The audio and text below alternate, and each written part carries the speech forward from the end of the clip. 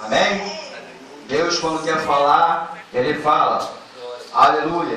Eu já estou mais ou menos há algumas semanas, tendo propósito, ó Deus falando comigo só sobre adoração. Sobre adoração. Sobre adoração. E o culto de hoje vai ser uma confirmação de Deus para nossas vidas. Amém? Deus quer inverter os valores da igreja moderna para o tabernáculo da adoração. Deus ele quer inverter os valores da igreja moderna para a igreja primitiva, onde que era a igreja de adoração ao nosso Senhor Jesus. Glórias a Deus, amém? Aleluia. O Espírito Santo, quando quer falar, ele faz assim, ele opera, ele confirma e ele fala. Vamos abrir nossas Bíblias no livro de Números, capítulo 3, amém?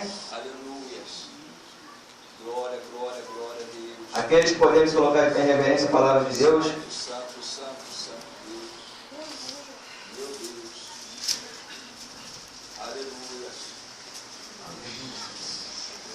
Números capítulo 3, versículo 5 ao 10.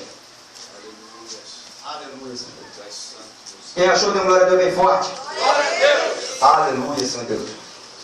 Números capítulo 3, versículo 5 ao 10. Nos diz assim: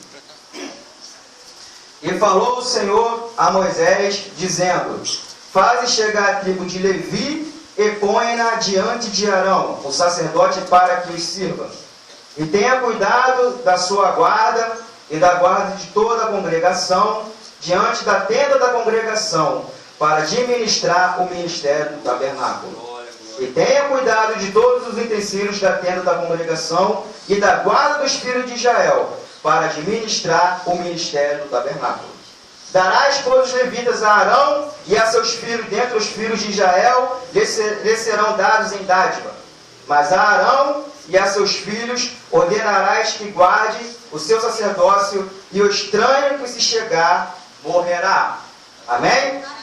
A tribo de Levi foi uma das 12 tribos de Israel, para então ali cumprir aquilo que o Senhor tinha prometido a Abraão, de multiplicar a sua descendência e de que daria a ele a terra de Canaã.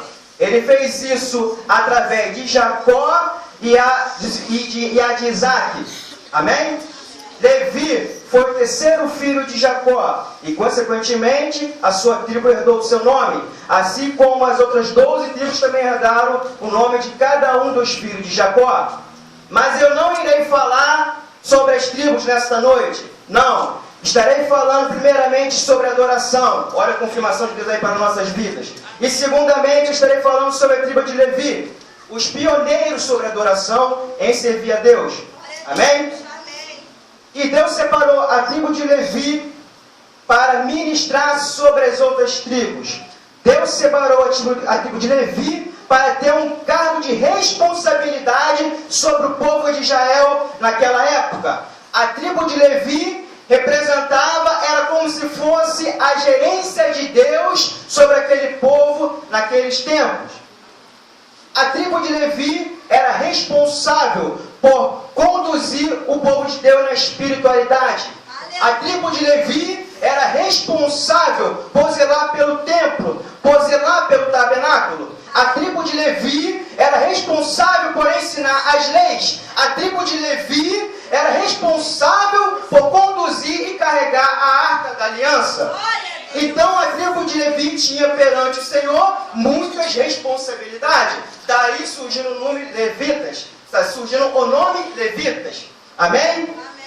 Muitas pessoas questionam ou confundem Levitas somente a parte musical, mas que na verdade sabemos que a parte musical não é só as qualidades daquela tribo, não seria só a qualidade daquela tribo. A parte musical seria apenas uma das funções daquilo que Deus tinha designado para a tribo de Levi. Amém? Eles tinham muitas outras responsabilidades. Realmente, eles tinham a parte musical. Realmente, eles tocavam. Realmente, eles cantavam a Deus. Como por exemplo, quando a tribo de Levi ia guerrear com outros povos, ou participava de alguma batalha, os levitas iam na frente, tocando ali seus instrumentos, pedindo proteção ao Senhor.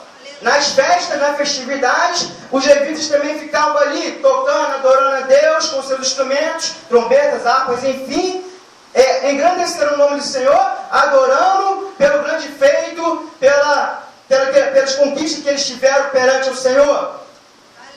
E também, em frente à congregação, ou ao tabernáculo, quando o povo estava ali disperso, os levitas ali usavam as suas trombetas para reunir o povo quando queria falar algo de Deus para a vida deles. Voltando para o tabernáculo da adoração, os levitas ou os sacerdotes eram os únicos qualificados, separados, preparados por Deus para assim entrar no tabernáculo e zelar pelas coisas de Deus, e zelar pelas partições de Deus que estavam naquele lugar, naquele templo, no tabernáculo.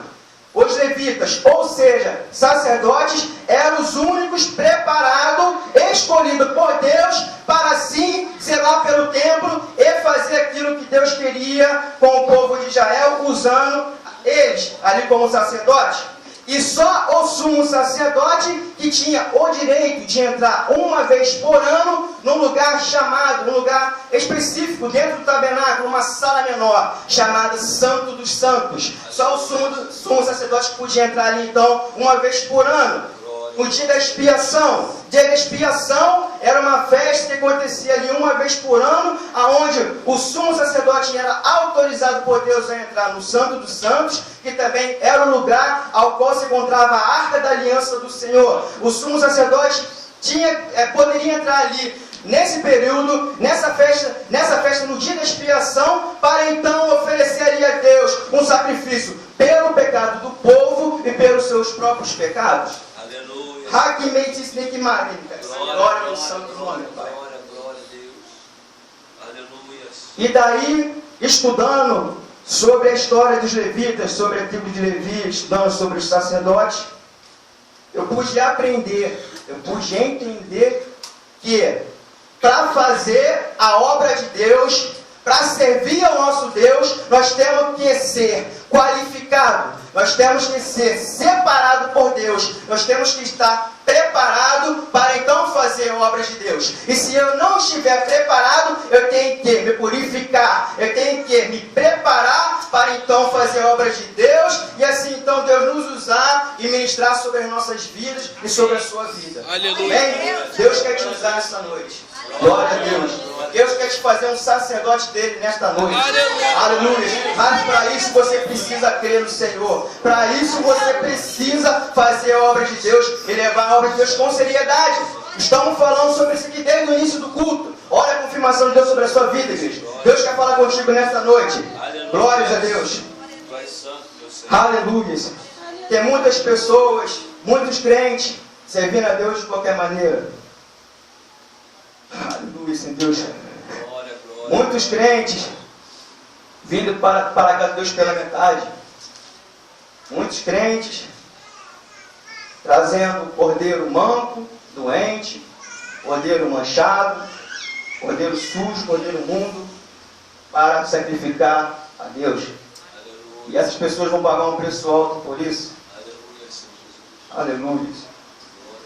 Nadab e Abiú morreram após levar fogo estranho perante o Senhor. Aleluia. Quer continuar brincando com Deus? Glória, Aleluia. glória a Deus. Uzá, um dos filhos de Abinadab, morreu após tocar na Arca da Aliança. Como assim, irmão Gabriel? Aquele servo só tocou na Arca da Aliança e o Senhor matou ele? Não! Se você for ler ali a história de 2 Samuel, você vai entender que foi muito mais além do que isso. Deus já tinha especificado, já tinha instruído Moisés e Arão a forma correta em que a Arca do Senhor tinha que ser conduzida. É a forma correta em que a Arca do Senhor tinha que ser levada. Se você for ler o livro de 2 Samuel, você vai ver que a Arca do Senhor estava sendo levada em cima de carro de um boi, em cima de uma carroça. E entendendo que, fazendo isso, levando a Arca do Senhor em cima de uma carroça, estava fugindo dos padrões bíblicos, estava fugindo dos padrões que Deus tinha designado em cima da lei, da forma que era para ser conduzida. Aleluia. Glória a Deus. Aleluia, Senhor Deus. A Arca da Aliança jamais era para ser levada em cima de uma carroça, igreja. Aleluia. Sabe o que isso significa? Glória a Deus. A gente não pode fazer a obra de Deus de qualquer maneira. Aleluia. Vai fazer a obra de Deus de qualquer maneira, você vai pagar um preço por isso. Aleluia, Senhor. E o pecado, e o preço que você vai pagar por isso vai ser a morte. Morte espiritual. Romanos 6, 23. Porque o salário do pecado é a morte, mas o dom gratuito de Deus é a vida eterna. Aleluia. Glória a Deus. O salário do pecado é a morte, morte espiritual. Mas se você quer receber o dom gratuito de Deus nesta noite, você vai ter que trabalhar para Deus. Você vai ter que fazer a obra do Senhor. Você vai ter que parar de vir para a casa de Deus pela metade. Você vai ter que parar de chegar aqui no culto e ser um sacrifício para se levantar para ler a palavra de Deus. Ser um sacrifício para aplaudir o nome de Deus. É um sacrifício eu estar aqui. Já chega aqui na igreja com o horário de voltar para casa. Aí eu fico olhando o relógio. O culto acabou tarde hoje, o culto acabou 9h30. Para com isso, igreja. A gente não está mais em tempo disso. Nós temos que inverter os valores da igreja moderna. Aleluia. Eu vou chegar lá. Nós temos que parar de servir a Deus pela metade. Nós vemos hoje em dia aí, você vê na televisão mesmo, você coloca nos canais evangélicos, você vê cada coisa que fica até assustado. Muitos pastores, líderes espirituais, levitas, obreiros, diáconos, presbíteros, mortos espiritualmente por não cumprir o mandamento do Senhor. O ministério destruído, ministérios acabados. Glória, glória, glória a Deus. Aleluia, Senhor. Glória, glória a Deus. E essas pessoas irão pagar um preço alto por isso. Deus. O salário do pecado é a morte, morte espiritual. Nós temos que servir a Deus em espírito e em verdade. Nós temos que vir para a casa de Deus com satisfação e adorar o Senhor Jesus Cristo. E voltando ali para a Arca da Aliança, o Senhor já tinha dado instruções a Moisés e Arão de como a Arca da Aliança ia ser conduzida. E Uzá ali cometeu alguns erros. Primeiro, a Arca da Aliança estava sendo levada por cima de um carro de boi, de uma carroça.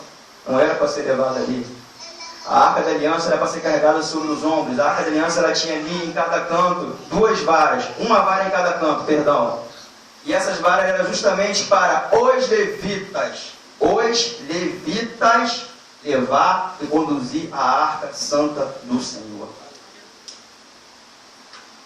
O que é santo de Deus não pode ser levado por qualquer pessoa. Ele só pode ser levado por mim, por você, separado e escolhido por Deus. Remido e lavado pelo sangue de Jesus. Santo, santo Deus. Deus já tinha falado também na lei que quem tocasse na arca iria morrer. Uzá não meteu a mão na arca porque ele queria morrer, não. Talvez num reflexo ali ele viu que a arca iria cair porque estava em cima daquele carro, ali naquele boi ali, ele estava indo por uma cidade e estava ali sendo conduzido por aquele carro. Talvez a vida devia estar com buracos ou pedra, não sei. A arca balançou, ele num reflexo meteu a mão na arca. E no texto diz que ao usar, tocar a Arca da Aliança, a ira do Senhor se acendeu sobre ele, e assim ferindo a vida dele. Aleluia. Deus já tinha dado instruções que quem tocasse na arca iria morrer. Deus já tinha dado instruções da forma correta em que a arca deveria ser conduzida. Aleluia. Aleluia. A obra de Deus não pode ser feita de qualquer maneira. Glória, glória. Quer adorar a Deus em espírito e verdade? Faça como Davi. E adorar a Deus em espírito e verdade, faça como Paulo e Silas. Glória a Deus, aleluia. Aleluia. E adorar a Deus em espírito e verdade, faça como o povo separado, eleito, escolhido por Deus. Adore em espírito e verdade. Faça aquilo que Deus te chamou nessa noite. Adore. Adore. Davi, para mim, vai continuar sendo e é para mim um dos maiores exemplos de um adorador que a Bíblia descreve. Davi, para mim, é um exemplo do que é ser um adorador, do que Deus manda a gente ser, da forma que Deus manda a gente ser. Davi adorava a Deus por livre e espontânea vontade. Davi adorava a Deus porque simplesmente ele queria adorar a Deus. Ele entendia que ele era o pó, ele não era nada, mas Deus criou ele, então só restava ele adorar a Deus. Ele tinha prazer. Se você for ler o livro de Salmos, Salmos replica bastante a forma em que Davi adorava. No Salmo todinho, nós temos exemplo de Davi adorando a Deus por livre, disputando a vontade. Davi tinha prazer em adorar a Deus. Davi era o grande exemplo da forma em que o nosso Deus deveria ser adorado. Aleluia.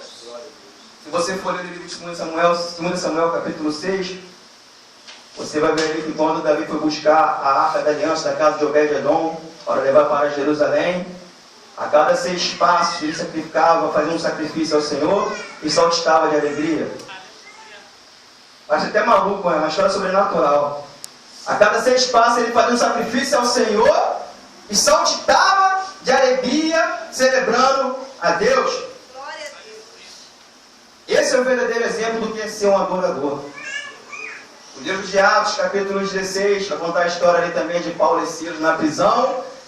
Perto de meia-noite ele estava ali adorando a Deus, fazendo um culto a Deus, adorando, cantando louvores, clamando, orando a Deus, quando de repente veio do céu um grande terremoto, estremecendo a base daquela prisão e colocando a porta daquela prisão por terra.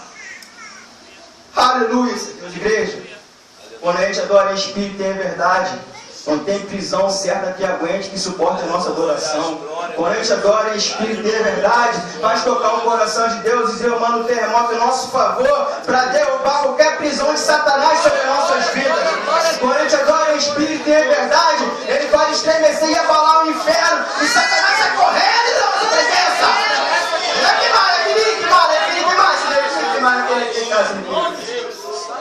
Aleluia. Oh Deus. Nós precisamos inverter os valores da igreja moderna para a igreja primitiva.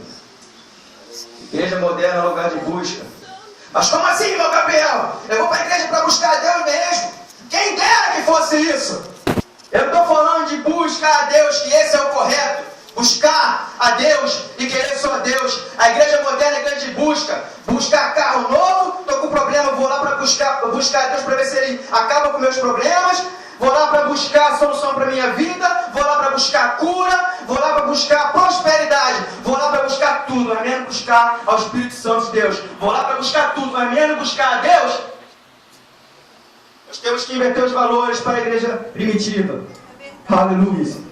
A igreja primitiva é a igreja de tabernáculo de adoração, onde o povo eleito escolhido de Deus ia lá simplesmente para adorar e fazer aquilo que o Senhor queria que fizesse. E pronto, e acabou. A igreja primitiva é o lugar onde que o povo ia para falar santo, santo, santo é o Senhor dos exércitos, pronto, acabou. Glória a Deus. Glória, glória é teu santo nome, pronto, acabou. Estou certo e sei que a adoração é simplesmente falar repetidas vezes isso. Amém, eu sei. Mas eu vou fazer, porque o Senhor existe, eu quero fazer, vou fazer, pronto, acabou, vou falar quantas vezes eu quiser. Santo, santo, santo é o Senhor dos exércitos. Eu te amo, Deus, Senhor, eu dou da minha vida, estou aqui para te adorar. Adoração, eu sei que a adoração não se implica nisso. Adoração é eu também reconhecer que eu não sou merecedor de ir para o céu. A adoração envolve vários fatores. A adoração era falada de Gênesis e Apocalipse. Aleluia.